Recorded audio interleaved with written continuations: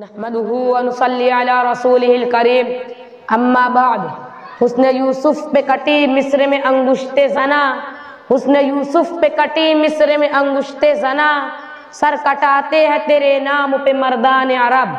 حاضرین محترم، میرے جیسا کم علم اور کم فہم طالب علم بھلا اس عظیم ہستی کی شان کے بارے میں کیا گفتگو کر سکتا ہے کہ جس کی عظمت خالق کائنات کی زبان قدرت سے یوں ادا ہوئی، وَرَفَعْنَا لَكَ ذِكْرَكَ۔ کسی مقام پر فرمایا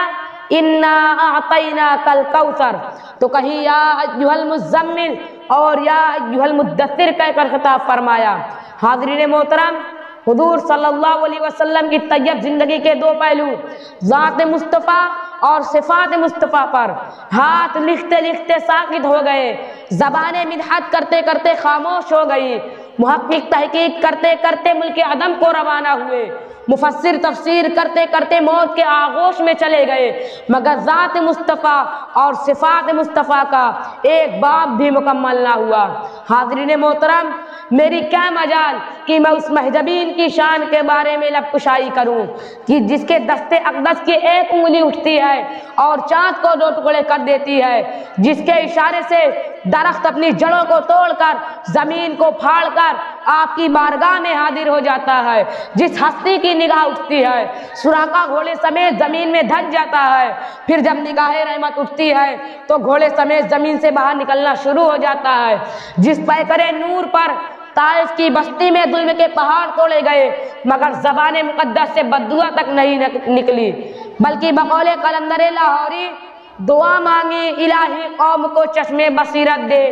دعا مانگی الہی قوم کو چشمے بصیرت دے، بے خبر ہیں بیچارے تو انہیں نور ہدایت دے۔ حاضرین محترم، حضور صلی اللہ علیہ وسلم کی رحمت کا یہ عالم تھا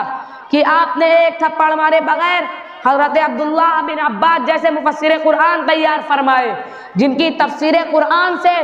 دنیا قیامت تک استفادہ کرتی رہے گی، اور بحیثیت جرنیل ایسے سپہ سالار پیدا فرمائے کہ زمانہ جنہیں خالد بن ولید کے نام سے جانتا ہے۔ سچائی کی تربیت کی تو صدیق اکبر بنا دیا،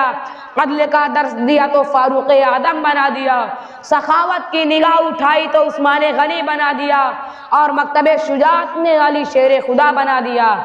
آخر پر حضور اقدس صلی اللہ علیہ وسلم کی تعلیمات اور سیرت کی روشنی میں حاضرین کو ایک پیغام دے کر اجازت چاہوں گا۔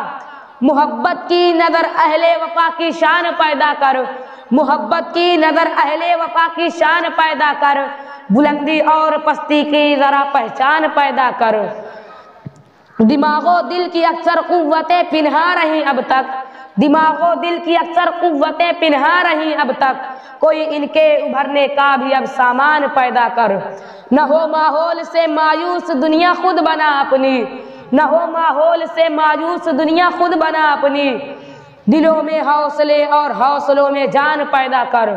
تجھے تیری گزشتہ سر بلندی پھر سے حاصل ہو، تجھے تیری گزشتہ سر بلندی پھر سے حاصل ہو، وہ حکمت، وہ ہنر، وہ ذوق اے نادان پیدا کر۔ اور ضرورت ہے کہ ماضی کی طرح روشن ہو مستقبل،